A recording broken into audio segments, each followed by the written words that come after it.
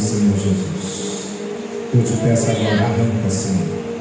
Arranca, Senhor, tudo aquilo que se levanta contra o conhecimento da tua palavra, Senhor Deus. Toda distração, todo cansaço, Senhor Deus, toda seta maligna lançada contra as nossas mentes, os nossos pensamentos, destrói agora pelo poder do nome de Jesus Cristo. Que o nosso coração nesta noite seja uma terra fértil, Senhor, para receber a tua preciosa semente, a tua palavra, que é viva e mais eficaz que uma espada de dois gumes, Senhor. Fala conosco, Senhor, nos dá o entendimento, Senhor Deus, da tua palavra, do teu querer, daquilo que está no teu coração para as nossas vidas. Eu te louvo e te exalto em nome do Senhor Jesus. Amém. Glória a Deus.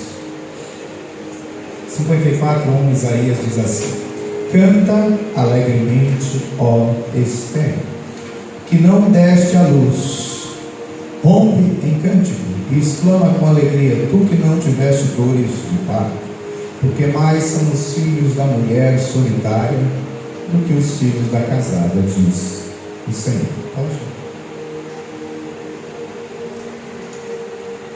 Tem algumas coisas que a gente às vezes não para pensar. Tem algumas coisas que vai no automático na nossa vida e a gente não chega a refletir.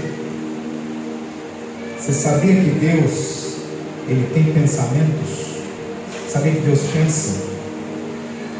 A Bíblia diz que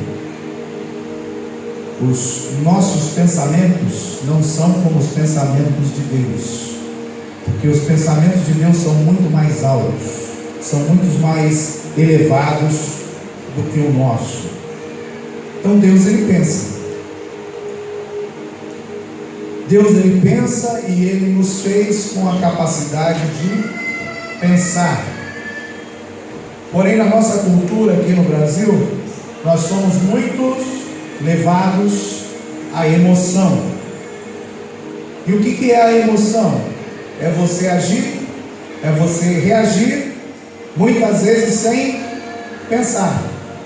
Às vezes a emoção, ela passa na frente do pensamento.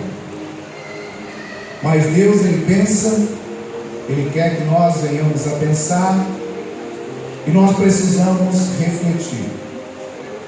Agora, você acha que Deus, Ele pensa em alguma coisa ruim? Você acha que Deus pensa algo mal para as nossas vidas? Não, a Bíblia diz que Deus, quando Ele nos fez, Ele falou que nós fazemos parte de um grupo da criação que Ele chamou de muito bom. E a Bíblia fala que tudo que Deus fez é bom. E Ele fala assim que os pensamentos que Ele tem de nós são pensamentos bons, não são pensamentos ruins. Ou seja, Deus, Ele pensa, Ele não pensa como o homem, porque a Bíblia diz que o coração do homem é enganoso. E quando Ele está falando que o coração do homem é enganoso, Ele está falando que os nossos pensamentos são enganosos. Então o pensamento de Deus está lá em cima, é muito mais elevado, e o nosso está aqui embaixo. Porém, o apóstolo Paulo, ele fala assim, que nós temos que ter a mente de Cristo. E o que tem na mente de Cristo? Pensamentos. Agora, você já parou para pensar quais são os pensamentos de Deus? Quais são os pensamentos de Cristo? Já tentou imaginar o que Deus pode estar pensando agora sobre você, sobre a sua vida, sobre a minha vida? E nós precisamos entender algo. Deus, Ele é o Criador de todas as coisas. Quando nós vamos estudar teologia, nós aprendemos que Deus, Ele é atemporal. O que é atemporal? Quando você bota a letrinha A na frente de alguma palavra, você está fazendo uma negação. Então, o que é temporal? Temporal é algo que eu posso contar, é cronológico, relógio, tempo, temporal, tempo. Quando eu falo que Deus é atemporal, eu estou negando o tempo. Por quê? Porque Porque Deus ele não se submete às nossas 24 horas do dia. A Bíblia diz que Deus ele é o Pai da eternidade, ou seja, Ele pegou de dentro dele, que não tem princípio, nem meio, nem fim, e criou esse tempo que nós vivemos, que nós temos 24 horas no dia. Então isso saiu de Deus, a eternidade toda sai dele. Então quando eu falo que Deus é atemporal, porque Ele não tem começo, Ele não tem meio, e Ele não tem fim, Ele sempre existiu. E tem muitas pessoas que não conseguem entender isso. Só que quando eu reconheço que Deus Ele não tem princípio, Ele não tem fim, que o tempo para Ele não é nada. A Bíblia fala que o tempo para nós é algo precioso, mas para Deus é como se fosse um conto ligeiro. Você piscou o olho, para Deus já é milhões de anos, para a gente, né, é uma eternidade. Então para Deus o tempo não é nada, mas para a gente é. Só que Deus, como eu disse, a eternidade saiu dele. Ele sabe de tudo do passado, Ele sabe de tudo do presente, e Ele sabe de tudo do futuro. Então imagina você, que você pudesse saber o seu futuro, que você pudesse ver você lá na frente daqui 5, 10, 15, 20 anos. Vamos supor que daqui 10 anos você pudesse ver o seu futuro e você visse você ali milionário, cheio de dinheiro, com saúde, feliz, alegre. Se você pudesse ver isso lá na frente, como que você iria viver hoje? Deus ele tem pensamento. Se Ele tem pensamento, Ele pensa. E o apóstolo Paulo fala que nós temos que parar um pouquinho a nossa vida e começar a pensar, começar a refletir, nos examinar. Mas eu vou examinar o que na minha vida? Eu vou examinar os meus pensamentos.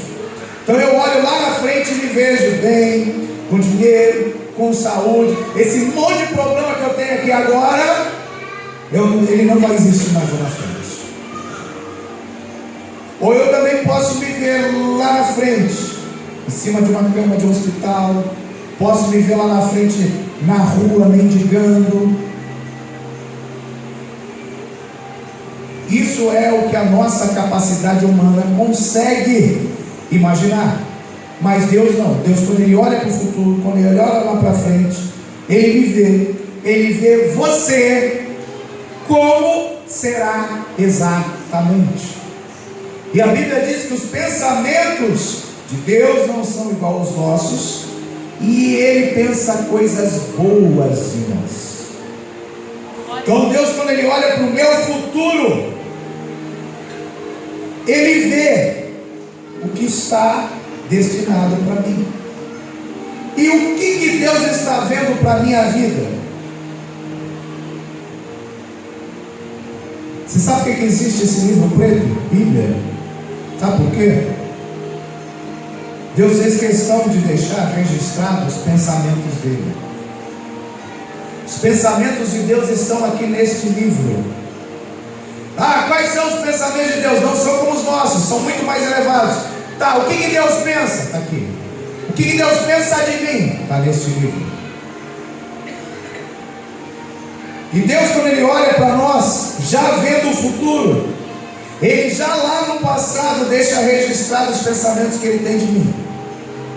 E Ele fala assim, olha o que Ele fala de mim, olha o que Ele fala de você.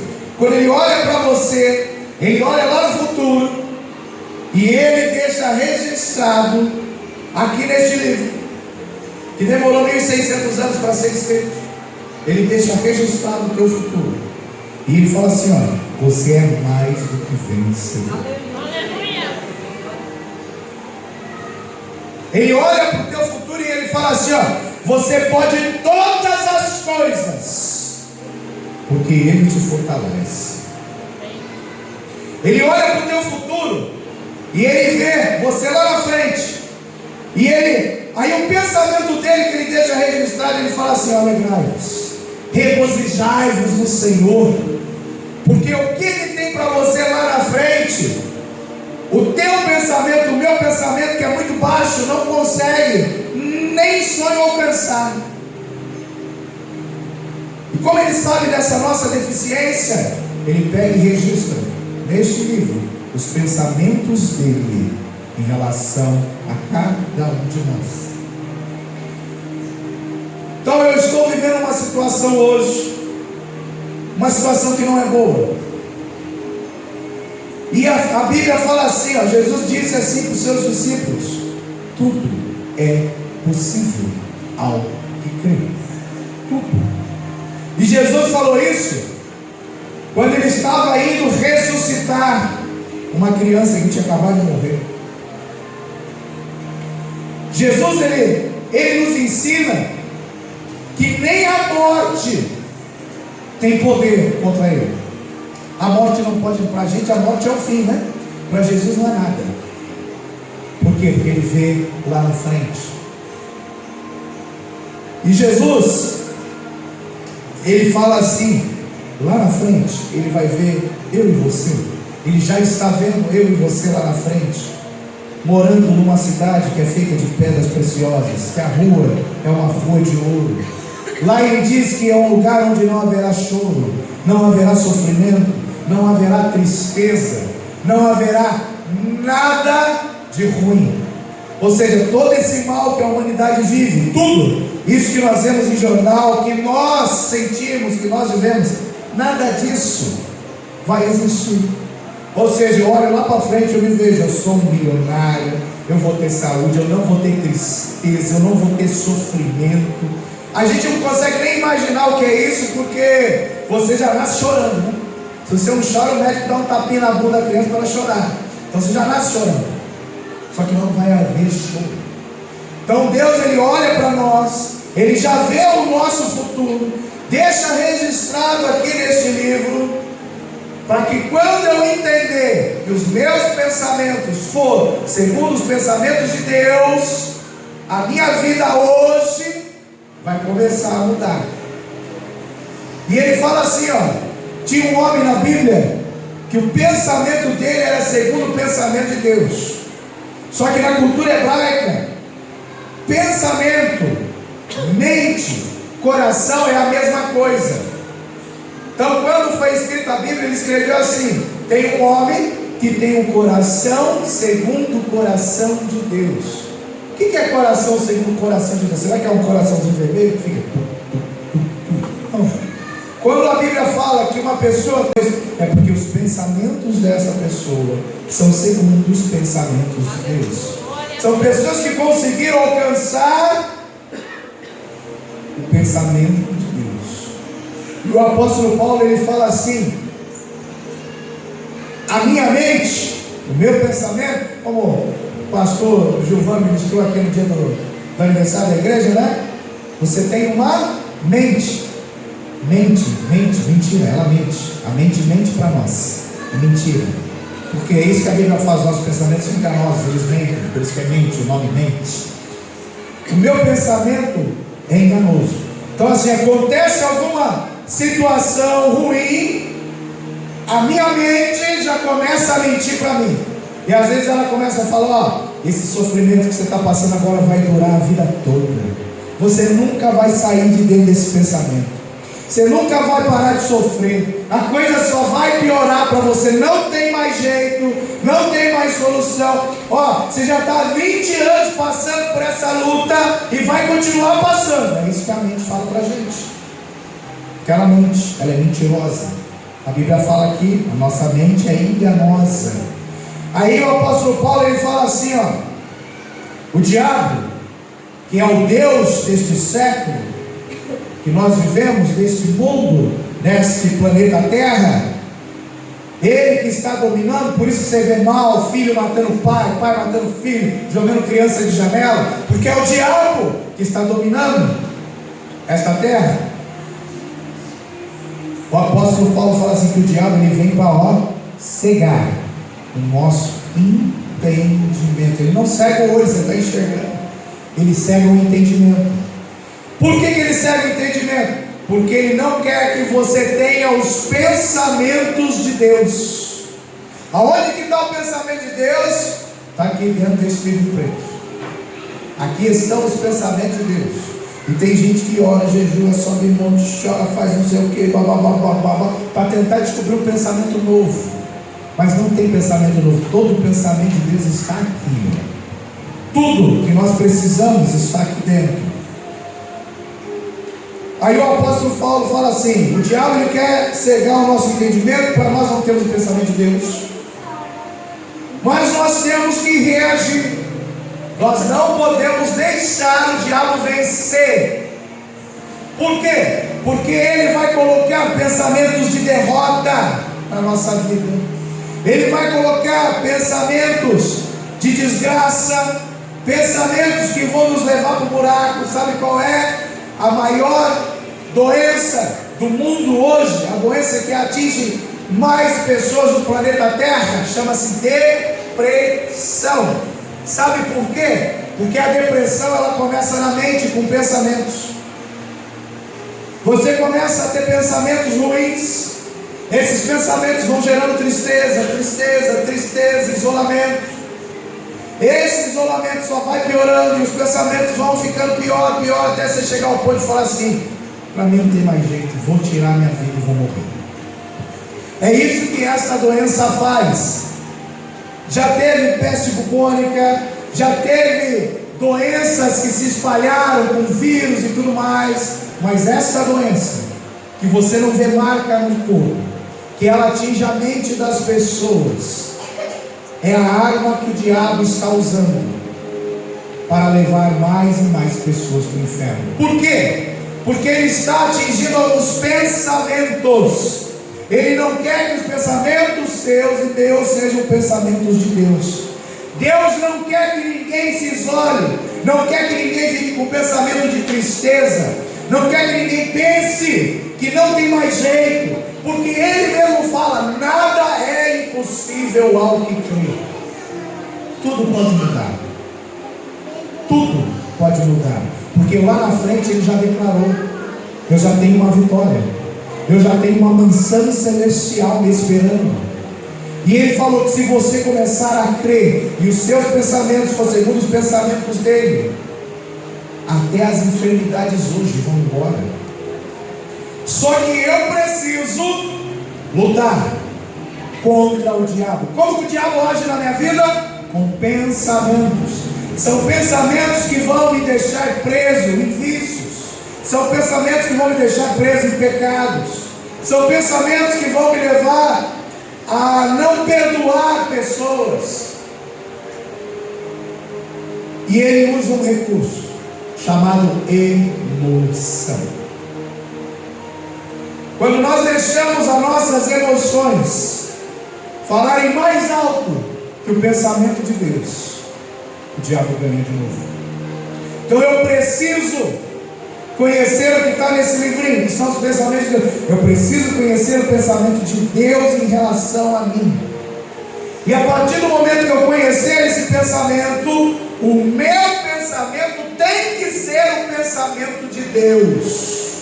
Então, apóstolo Paulo, você vai obrigar os seus pensamentos a serem os pensamentos de Deus. Porque quando os meus pensamentos forem os pensamentos de Deus, ele fala assim: eu vou começar a pensar só no que é bom, só nas coisas do alto, só nas coisas que vão gerar vida em mim, que vão gerar saúde.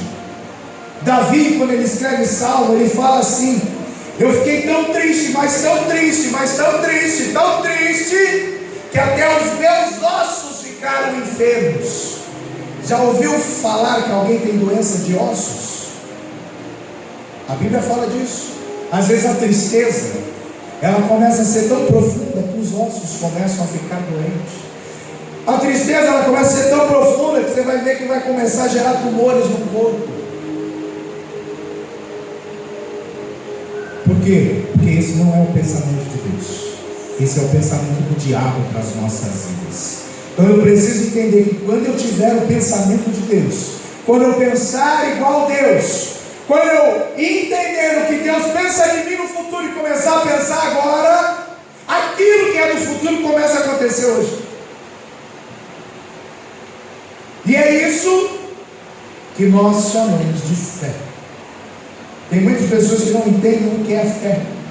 Acha que é fé assim, a pessoa está doente, eu vou lá, ela foi curada, aí tem fé. Não. A fé, eu acredito nesse livro.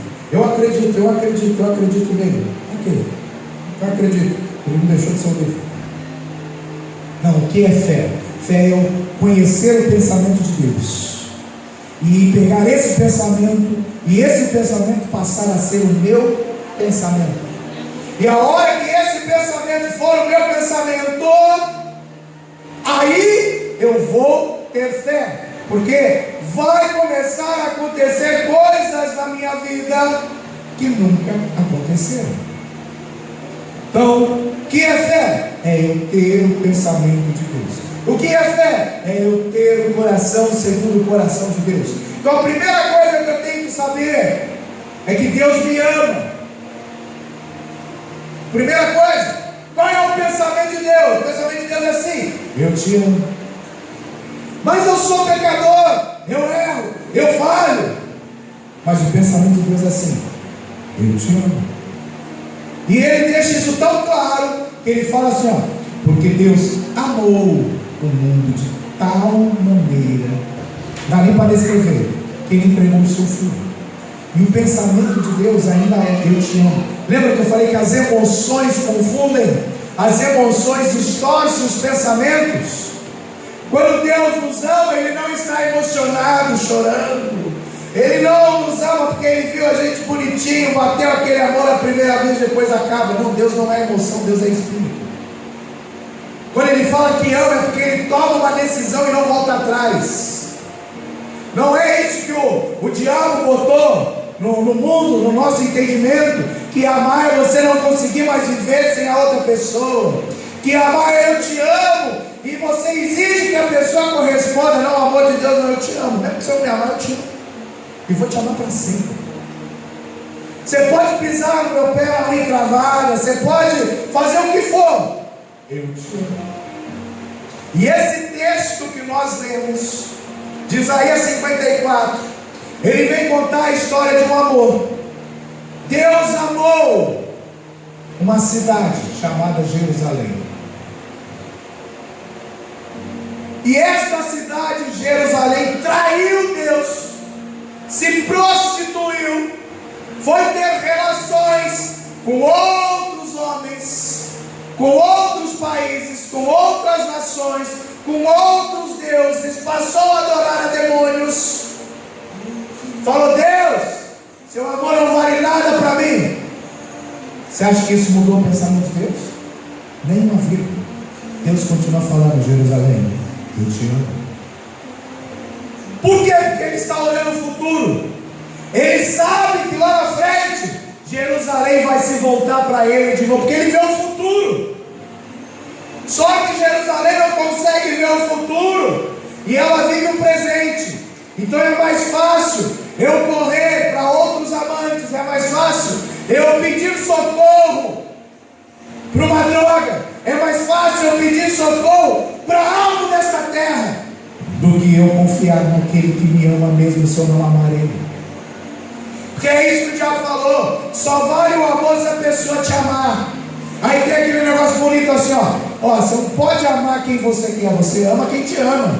É isso que o mundo fala. Porque se você amar uma pessoa que não te ama, você vai sofrer, Agora, ama quem te ama, que você vai ser feliz no resto da vida. Isso é coisa do mundo, do diabo. Deus fala assim: eu te amo mesmo se você não me amar. E Ele fala assim: você tem que ter o meu amor em você. Que é o meu amor? É eu te amar mesmo que você não me ama. Só que não, o diabo fala: só ame quem te ama. Deus fala: não, eu te amo mesmo se você não me amar. Ah, mas eu cuspo na sua cara. Eu te amo do mesmo jeito. Ah, mas eu faço tudo de mal para você. Eu te amo do mesmo jeito. Sabe por quê? Porque eu estou vendo no futuro. E no futuro eu sei que você é mais do que vencedor.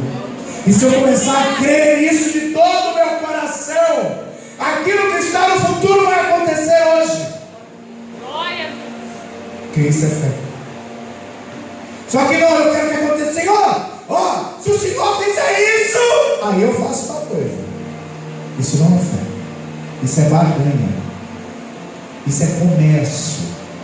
Isso, Senhor, a gente tem que prestar atenção, porque às vezes a gente está na igreja, a gente entrou aqui na porta, o céu está aberto. Então Deus Ele fala através de louvores, Ele fala através da palavra, Ele fala através de um irmão.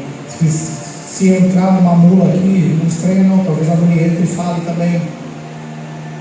Deus fala.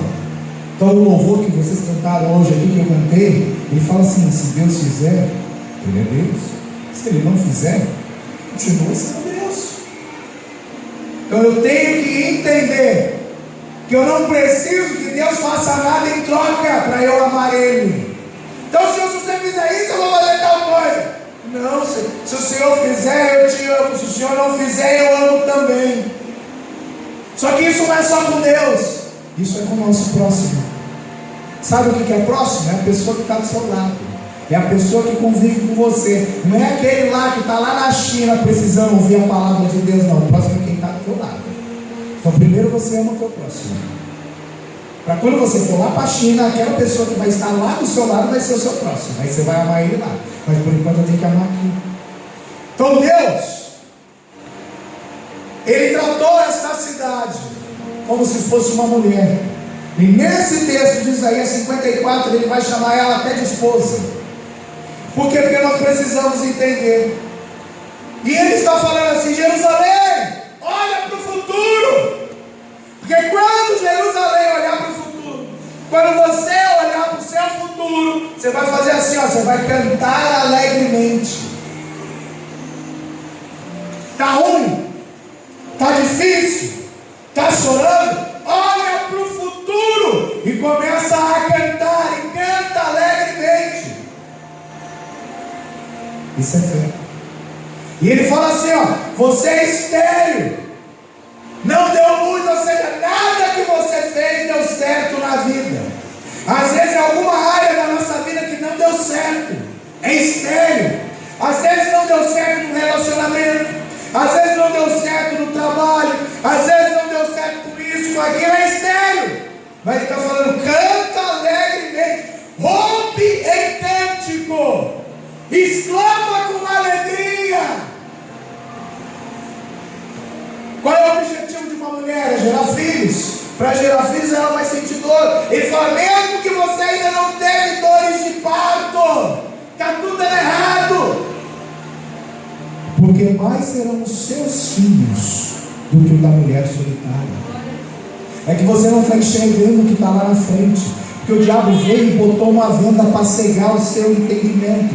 Se você está com o olho fechado, você não enxerga o que está além, mas Deus vê. E Ele está falando: eu já deixei registrado o teu futuro aqui, ó, neste livrinho. Começa a ler, entender e crer isso aqui, que você vai começar a cantar com alegria. Você que não teve filhos, você vai ver que vai gerar muitos filhos. Você que não deu certo no relacionamento, você vai ver que o relacionamento vai fluir na tua vida. Sabe por quê? Porque o primeiro relacionamento que nós temos que ter na vida é com Deus. Aí eu tento ter relacionamento aqui com uma mulher, aí eu tento ter relacionamento com o filho, aí eu tento ter relacionamento com o vizinho, eu tento, não dá certo. É porque você ainda não tem um relacionamento com Deus.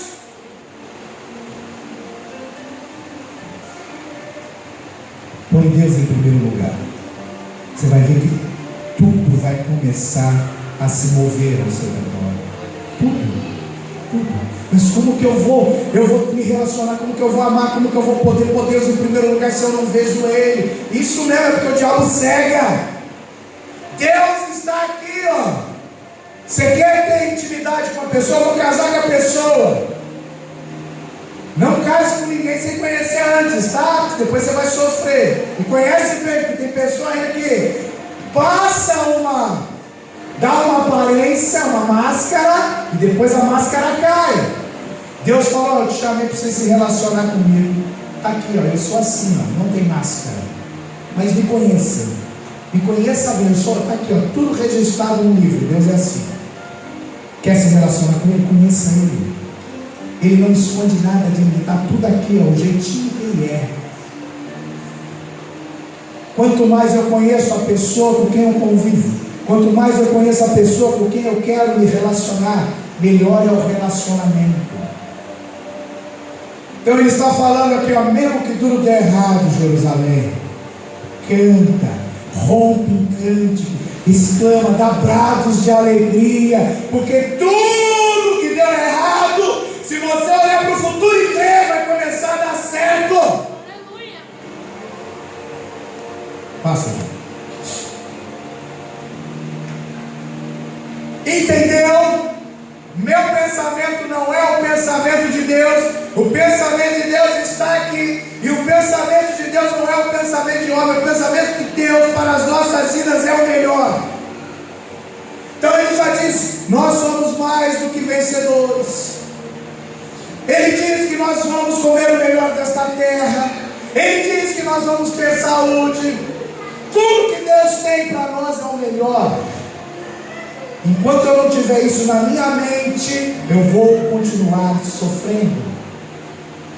Entendi isso. Comecei a botar o pensamento de Deus na minha cabeça. Comecei a pensar segundo o pensamento de Deus. Aí agora ele vai começar a falar, ó, amplia o lugar da tua tenda. Ou seja, eu venho aqui e armo uma barraquinha nesse espacinho pequeno. Hoje eu vivo assim, ó, nesse espacinho pequeno. Deus já está começando a falar, amplia. Puxa mais para cá, ó, vem, vamos deixar maior. Começa a ampliar. Tudo que você tem na vida, começa a ampliar. Quando os teus pensamentos forem os pensamentos de Deus, a tua tenda vai começar a se alargar. Ele fala assim, ó, estende-se as cortinas das tuas habitações. Na época não era parede. Eles faziam tenda, moravam em tendas de cortina. Ó, pode puxar mais para lá, puxa mais para frente, para o lado, que vai crescer. Não, Senhor, mas estou sozinho. Ele não acabou de falar que Ele vai te encher de filhos. Ah, Senhor, mas eu sou pobre. Começa a ter o pensamento de Deus que Ele vai começar a encher a tua casa e não vai ter lugar para botar as coisas. Amplia a tua tenda, a tua habitação. E olha o que Deus está falando. Só tem uma forma do milagre não acontecer na sua vida. Só tem uma forma de o milagre não acontecer na sua vida. Ele fala assim, ó, não o impeças. Você pode parar o milagre de Deus na sua vida. A Bíblia diz que Jesus, ele chegou numa cidade, e assim por onde ele passava, ele curava a todos. Todos que iam até Jesus eram curados. E Jesus fazia milagres, fazia maravilhas. Só que ele chegou numa cidade que a Bíblia diz assim: nesta cidade ele não pôde fazer muitos milagres. Jesus, ele não pôde operar milagres. Sabe por quê? Porque eles não creram em Jesus. Então a única forma de eu impedir Jesus de agir na minha vida, dele me dar o melhor, dele acabar com o meu sofrimento, a única forma, eu o impeço quando eu não creio nele. Então ele está falando, começa a largar as tuas tendas, começa a preparar o milagre. As coisas vão acontecer quando você tiver o pensamento de Deus, mas você não pode impedir. Não impeça de fazer o melhor na sua vida. Como que eu impeço a Deus? Quando eu deixo pensamentos diabólicos tomar conta da minha vida. Quando eu deixo a emoção falar mais alto e começar a colocar pensamentos de derrota em mim. Aí ele continua: alonga as tuas cordas e fixa bem as tuas estacas. Ou seja, eu vou liberar o melhor para você, mas tu tem que ter base para aguentar, porque eu vou mandar muito, é muita coisa. Por que ele fala que eu tenho que fixar bem as estacas? Porque quando você começa a ser abençoado, a tendência é você fazer assim, ó, você vira as costas para Deus. Quando você começa a receber o melhor de Deus, você vira as costas para Deus. Aí você está precisando de um milagre. Aí Deus, pela infinita misericórdia, vai lá e faz um milagre. Sabe o que você faz? Você vira as costas para Deus. Ou seja, você impede Ele de continuar operando na sua vida. E quando você vira as costas para Deus, entenda uma coisa: você começa a olhar olho a olho na cara do diabo. E nesse momento que você virou as costas para Deus, é o momento que o diabo vai tocar na sua vida. Que ele pode te matar, ele pode jogar em cima de uma cama, ele pode acabar com a sua vida.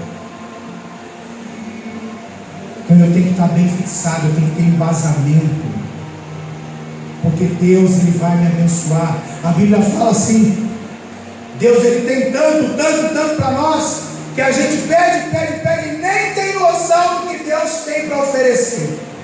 A gente nem imagina, porque é tão grande, é tão maravilhoso, que a nossa mente não consegue imaginar o que Deus tem. Só que eu posso impedir. Então eu tenho que tomar cuidado. Eu não posso virar as minhas costas para Deus. E ele fala assim, ó: porque transbordarás para a direita e para a esquerda. Ou seja, ele vai te encher tanto. Ele vai te encher tanto que vai transbordar. E Davi, ele fala assim: Senhor, prepara uma mesa perante mim na presença dos meus inimigos. Tem muito inimigo me rodeando, querendo o meu mal, querendo me prejudicar. Mas quando eu tiver o pensamento de Deus, o coração segundo o coração de Deus, começar a crer, Deus vai me encher, e o meu cálice vai transbordar para a direita, vai transbordar para a esquerda, e vai alcançar os meus inimigos. Não tem por que transbordar se não alcançar ninguém. É até bom que tem inimigo, porque quando transbordar eles vão ser alcançados, vão ser salvos, vão conhecer o amor de Deus. E ele fala assim, ó, versículo 1, ele começou a falar de uma mulher estéril, que abandonou a Deus. Volta 3. Mais um.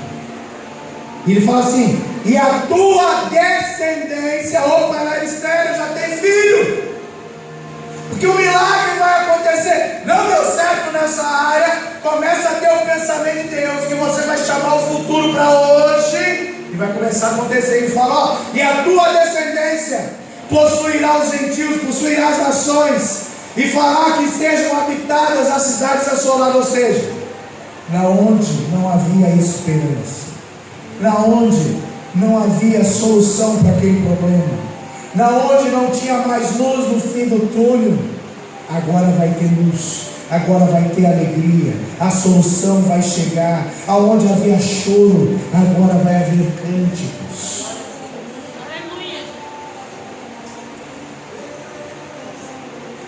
E mesmo com tudo isso, vai acontecer situações contra as nossas vidas que vai nos deixar com medo. A Bíblia fala que o medo não é de Deus, o medo é do diabo. Então quando nós sentimos medo, é porque o diabo está colocando pensamentos em nós, pensamentos de medo. Muitas vezes é uma situação que acontece, que afeta o nosso emocional, e nós começamos a ter pensamentos de medo. Pega aí, algumas crianças não conseguem dormir com a luz apagada, porque quando apaga a luz, o que acontece? Ela começa a ter pensamentos. Tem outras que reclamam para dormir se a luz está acesa, tem que apagar. Então existe uma diferença. Os nossos pensamentos determinam as nossas atitudes. Então se eu começar a pensar que com luz apagada vai acontecer alguma coisa, tem alguma coisa no quarto, eu vou ficar com medo. E o medo vai me fazer ficar inquieto. O medo vai fazer que eu queira que acenda a luz, porque os pensamentos vão determinar as minhas atitudes. Tem pessoas hoje ao redor do mundo que começaram a ter o pensamento de Cristo. Aí o diabo usa outros para falar assim: nega Cristo, senão eu te mato. Só que o pensamento de Deus é tão forte na mente daquelas pessoas, que elas falam assim: eu não nego a Cristo. Tu pode arrancar minha mão, pode arrancar meu braço, pode arrancar minha vida, mas o pensamento de Deus você não arranca de mim. E aqui no Brasil, na nossa cultura, é bem diferente. Até se você tropeçar, bater o dedão, começar a sangrar, você já arranca o pensamento de Deus na mente e já começa a falar palavrão.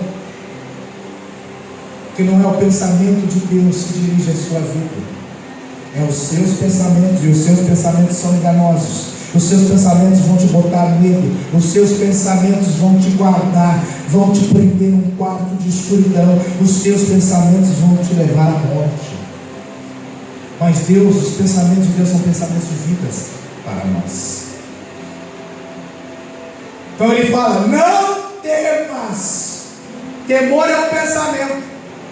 Eu não posso ter medo de nada, porque eu creio que meu Deus é onipotente, Ele é o Deus todo-poderoso. Com Ele eu posso todas as coisas, porque Ele me fortalece. Ele é o meu seguro bem presente na angústia. Ele é Deus. Eu não posso ter medo. E ele fala assim: ó, porque não serás envergonhada, e não te envergonhes, porque não será humilhada. Sabe por quê? Porque quando Jerusalém virou as costas para Deus, a Bíblia diz que ela ficou nua, e nudez é sinal de vergonha. As nações viram Jerusalém nua, ou seja, quando eu viro as costas para Deus, eu começo a ficar envergonhado, eu começo a ficar humilhado, e esse sentimento de vergonha, de humilhação, vai me prender num cativeiro, vai vir junto com o pensamento de medo, com o pensamento de morte, a humilhação, a vergonha. Mas Deus, Ele olha para a gente lá no futuro e fala: não tem mais vergonha, não tem humilhação, não tem mais dor, não tem sofrimento. Antes te esquecerá da vergonha da tua mocidade. Sabe o que é a vergonha da mocidade? É que naquele tempo que você vivia de impulso, jovem vive de emoção, jovem vive de impulso, jovem vive de paixão. Só que paixão é algo que vem forte e acaba, não dura, porque é emoção, e a emoção é passageira. Por isso que Deus não é emoção, né? Como eu falei, Ele é atemporal, Ele não acaba. Então Ele não é emoção, porque a emoção acaba. Deus é espírito, e Ele quer que a gente o adore em espírito, e não com emoção, porque a emoção acaba. Então Ele fala: na tua mocidade, quando tu eras jovem, tu vivia por emoção, e na emoção você vai deixar a emoção influenciar os pensamentos, e o pensamento vai fazer você se virar para Deus, vai fazer você negar a Deus. Então Ele fala: vai acabar, você vai se esquecer desta fase que você virava as costas para mim, e quando você parar de virar as costas para mim, acabou a vergonha, acabou a humilhação, acabou o sofrimento, e não te lembrará mais do opróbrio da tua viuvez. Sabe o que é viuvez? É quando você perde. Tem mulher que perde o marido, tem homem que perde a esposa, ficou viúvo. Mas tem pessoa que perdeu a saúde, ficou viúvo. Tem pessoa que perdeu o emprego, ficou viúvo. Qualquer tipo de perda. E Deus está falando que quando Jerusalém virou as costas para Ele, ela ficou viúva, porque ela perdeu Deus. E quando eu perco Deus, eu perco a esperança. E quando você perde Deus, automaticamente você vem um presente chamado diabo. E esse diabo vai acabar com a sua vida. Ele vai colocar medo, vai te colocar em vergonha, vai te humilhar, vai fazer você sofrer. E Deus está falando: acabou o tempo da viuvez. Só que para acabar o tempo da viuvez, eu tenho que me casar com Ele. E casar com Deus é assumir um compromisso com Ele. E Ele fala assim, ó: porque o teu Criador é o teu marido. Opa, quem te criou? Deus. Quem é o teu marido? Deus. Enquanto Deus não for teu marido, vai dar errado. Enquanto Deus não for o teu marido, vai ter humilhação. Enquanto Deus não for o teu marido, vai ter sofrimento. Isso serve para homem também. Que Deus nos vê como uma esposa. Ele quer nos relacionar, Ele quer se relacionar conosco. Só que enquanto eu não reconhecer Ele como meu marido, Ele nunca vai ser o Senhor dos exércitos na minha vida. E olha que detalhe, hein? Aqui em Isaías 54, 750 anos antes de Cristo, Ele falou isso. Então, até Jesus vir sobre a terra, o relacionamento com Deus era de criatura e criador. Aí lá em João capítulo 1, ele fala: aqueles que se entregarem a Cristo passam a ser filhos de Deus. Agora eu não sou só criatura, agora eu sou filho de Deus. E o meu relacionamento agora, de criatura e criador, estreitou. Agora é relacionamento de pai com filho. É por isso que é muito importante eu entregar a minha vida a Cristo, que aí eu vou passar a ser filho de Deus. E ele estava falando de uma mulher que é estéril. Dá para falar assim também. Mesmo que você não tenha pai, mesmo que você não tenha mãe, mesmo que você foi abandonado no lixo quando você nasceu, eu sou teu pai. E quando eu entender que eu não sou só uma criatura, que eu sou filho de Deus, aí eu vou começar a desfrutar de todos os benefícios que o pai tem para dar para o filho.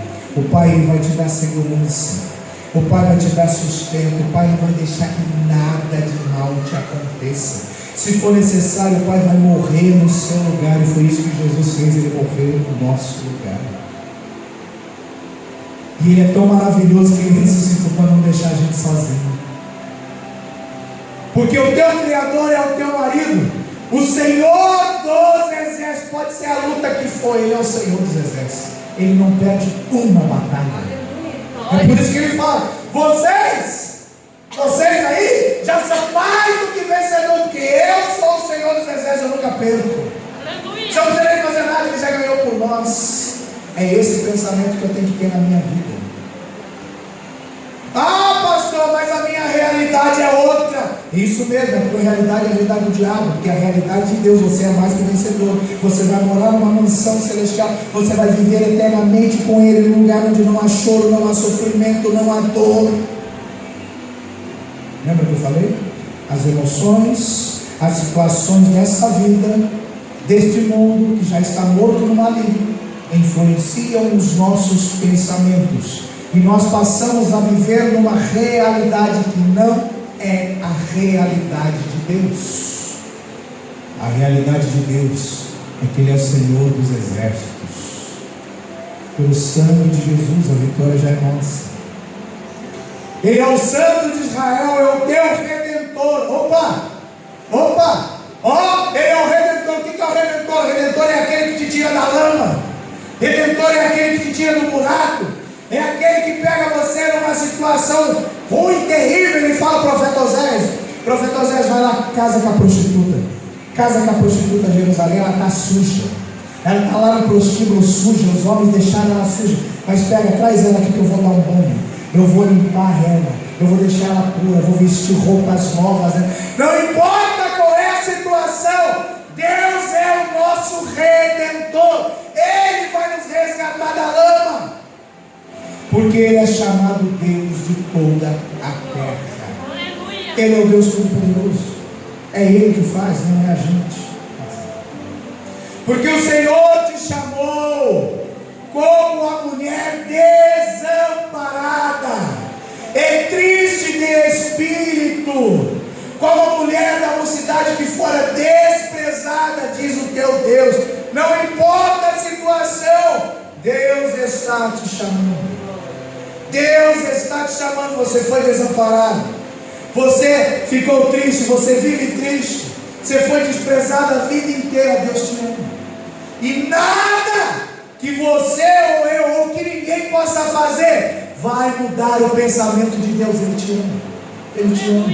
Ele te ama. Você pode ter sido desamparado, ficado triste, sofrido, sendo desprezado, humilhado, com vergonha. Ele te ama. E detalhe, Ele está te chamando.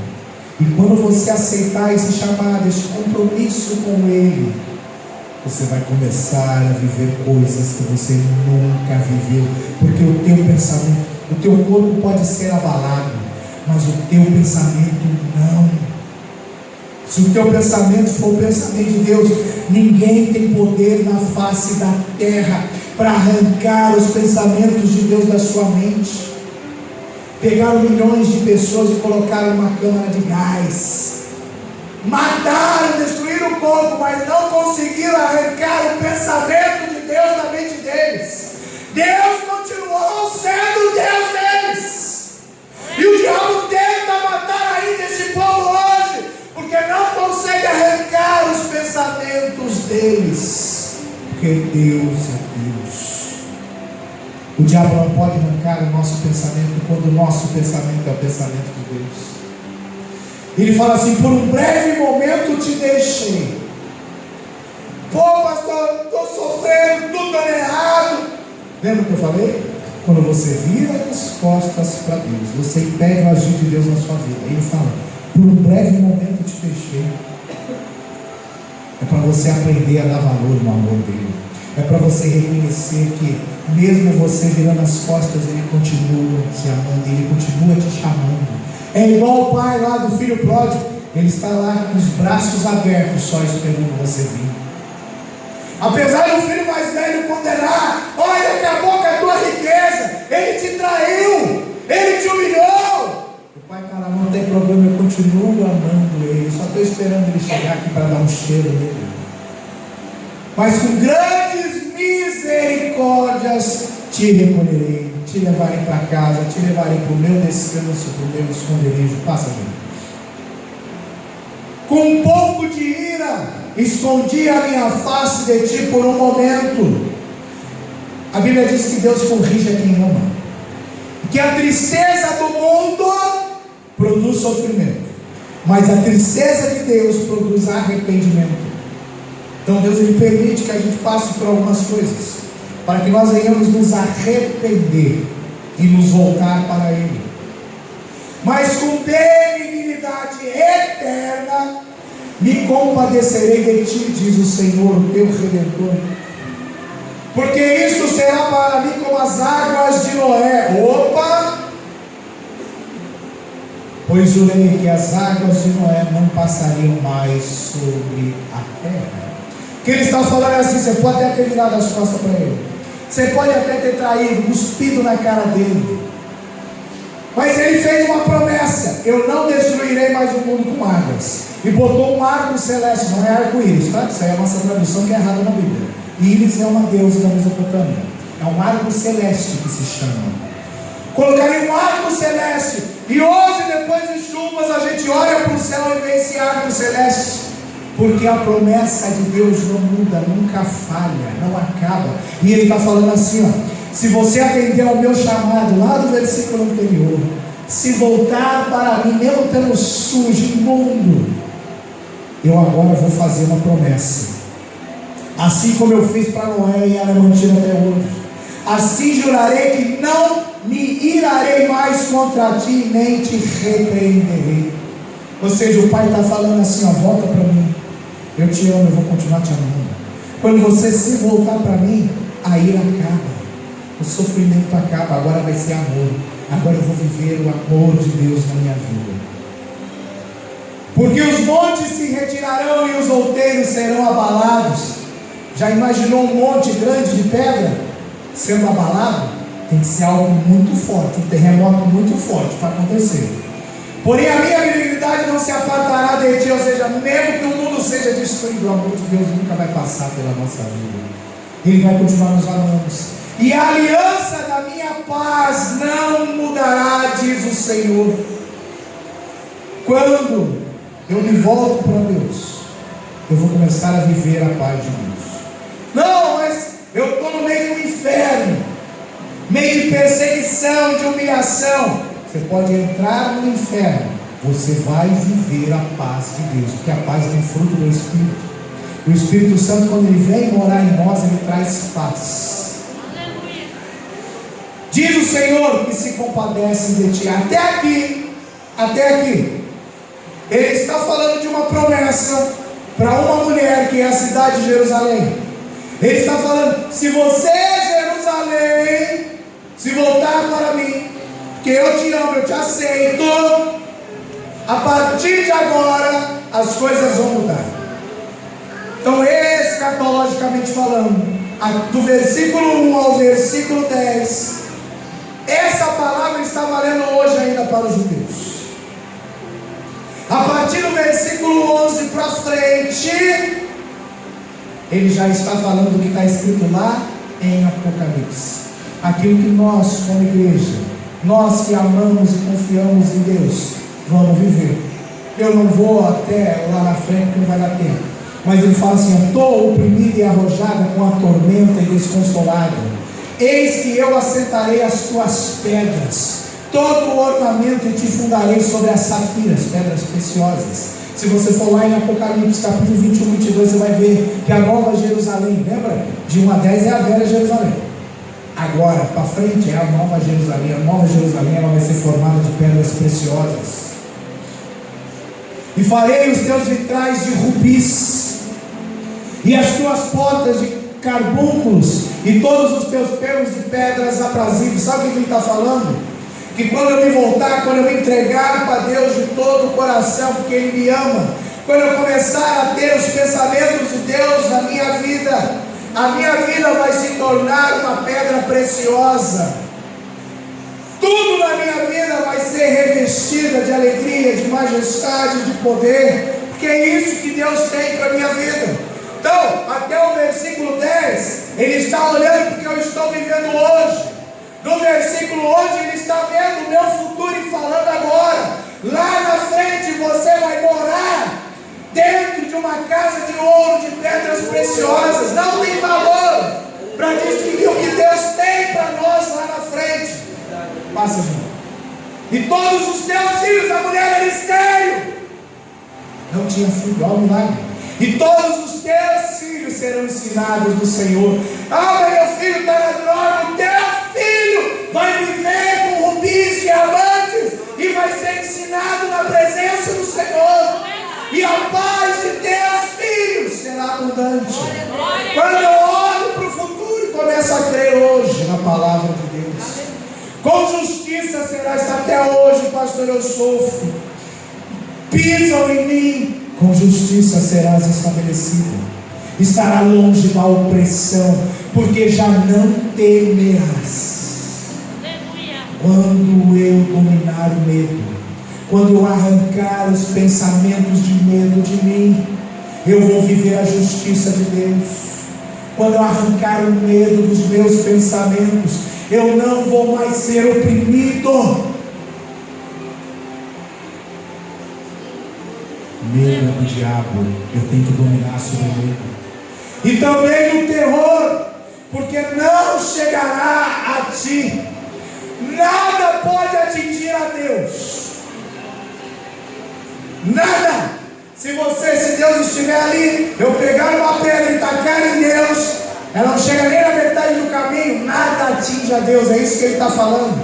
Agora imagina se você for lá, chegar bem pertinho dele e te abraçar. Você acha que se alguma coisa que fizerem contra ti vai te alcançar? Não, porque nada atingirá a Deus. Eis que seguramente poderão vir juntar-se contra ti. Sabe o que ele está falando? Vão se levantar contra você. Vão se levantar, porque eles querem botar medo novamente. Eles querem botar os pensamentos do diabo na sua mente. Eles querem arrancar o pensamento de Deus. Mas não será por mim. Quem se ajuntar contra ti, cairá por causa de ti. Se os meus pensamentos forem os pensamentos de Deus, pode levantar o planeta Terra e o inferno vai cair. Aleluia. Porque Deus me ama, é por causa de ti. Eis que eu criei um ferreiro que assopra as brasas do fogo e que produz a ferramenta para a sua obra. Também criei o assolador para destruir. Deus criou todas as coisas e Ele dá a oportunidade. Você quer o meu amor ou você quer o meu juízo? Tem gente que escolhe o juízo e está sofrendo. Tem pessoas que escolhem o amor para viver em paz e alegria. Por que ele fala que foi ele que criou o ferreiro? Por que ele fala que ele criou o acionador? Porque tudo que eu crio, eu tenho domínio. Se você inventar alguma coisa, você inventou, sei lá, um produto aí para limpar, que limpa mais que tudo, você vai ficar rico, milionário. Tu inventou, tu criou, é teu. Você tem domínio sobre aquilo. Você pode ir lá registrar a patente, você pode vender. Não, você pode usufruir, você pode ganhar por cima daquilo, porque aquilo que você cria, você tem domínio. E Deus está falando, sou eu que crio aqueles que preparam a arma, a ferramenta contra ti. Aí ele fala assim: toda a ferramenta preparada contra ti não prosperará. Nós temos o costume de pegar um versículo bíblico, esse aqui, ó, tem um monte de gente aqui que conhece e cita ele e decora. Só que esquece dos outros 16 versículos que vem antes. E esse versículo 17 ele só funciona se você fizer o que está nos 16 anteriores. Toda ferramenta preparada contra ti não prosperará se os teus pensamentos forem os pensamentos de Deus. Não prosperará. E toda língua que se levanta contra ti dentro, fora de casa, no local de trabalho, em juízo tu a condenarás. Sabe por quê? Porque quando eu me entrego para o amor de Deus, e os meus pensamentos passam a ser os pensamentos dele, eu começo pela palavra a entender que Deus é justo.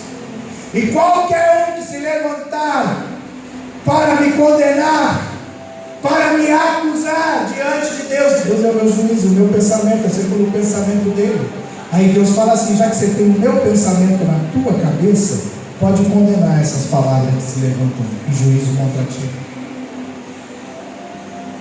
Esta é a herança dos servos do Senhor, e a sua justiça que de mim procede, diz o Senhor. O que Deus tem para você? O melhor. O que Deus tem para mim? O melhor. E eu só vou viver quando eu começar a enxergar o meu futuro, que não é segundo os meus olhos. O meu futuro eu tenho que ver com os olhos de Deus. E Ele está falando: nada vai te tocar. Nada pode te tocar, desde que os seus pensamentos sejam o pensamento de Deus. E isso é a herança dos servos do Senhor. Agora você imagina, você está na sua casa, você tem lá você tem uma secretária do lar que trabalha para você. Aí você tem muito dinheiro, você tem muitos bens, muitas riquezas. Aí quando você vai morrer, você faz um testamento. Você tem filhos, você tem a secretária do lar. Porque Deus está falando que tudo isso que eu falei aqui hoje, quase uma hora, isso é herança do servo, é herança da secretária do lar. Agora imagina você como filho, o que Deus tem para a sua vida. É muito mais do que você possa imaginar. Tá, eu quero ser filho. Tá bom, seja servo de Deus, que tudo isso que eu falei você já vai herdar. Só que agora o filho não precisa esperar o pai morrer. Filho pródigo chega para o pai vivo: pai, me dá minha pai da herança. Você quer, filho? Tá bom, te dou. Precisou o pai morrer. O filho, ele tem acesso a tudo que o pai tem o tempo todo. E Jesus falou: eu não vos chamo mais de servos, agora vocês são meu amigo. Sabe por quê? Porque às vezes a gente conta coisas para o amigo que não conta para o pai. Então ele falou: eu estou te cercando de tudo quanto é jeito. Se você não quer contar para o seu pai o que passa, você conta para o seu amigo Jesus. Começa a confiar nele, entrega, começa a ver o que ele vê em você. Eu olho para o espelho, eu vejo um cara feio, gordo, careca, narigudo, que não tem futuro, que não tem nada. Não, Jesus olha para mim, eu vejo você mais do que vencedor. Eu vejo você ganhando nações, eu vejo você libertando cativos, curando enfermos, eu vejo você me adorando de todo o coração. Eu não tenho que ver com os meus olhos, eu preciso me ver como Deus me vê. E todo mundo acusou Jó, mas Deus via Jó como um homem reto, puro, íntegro. Os amigos não, Jó. Morre, a mulher de Jó. Morre. Deus não, tu és um homem íntegro, reto, puro, desvia-se do mal. Eu tenho que me ver como Deus me vê. Como que Deus me vê? Está registrado aqui na palavra. Ele me vê como um vencedor. Ele tem uma herança para mim. Se eu for servo, eu tenho que esperar ele morrer. Deus não morre, não vai receber nunca. Mas se eu for filho, eu tenho acesso à herança. Eu tenho acesso a tudo que o meu Pai tem para mim. Vamos ficar de pé. Glória a Jesus. Vamos orar.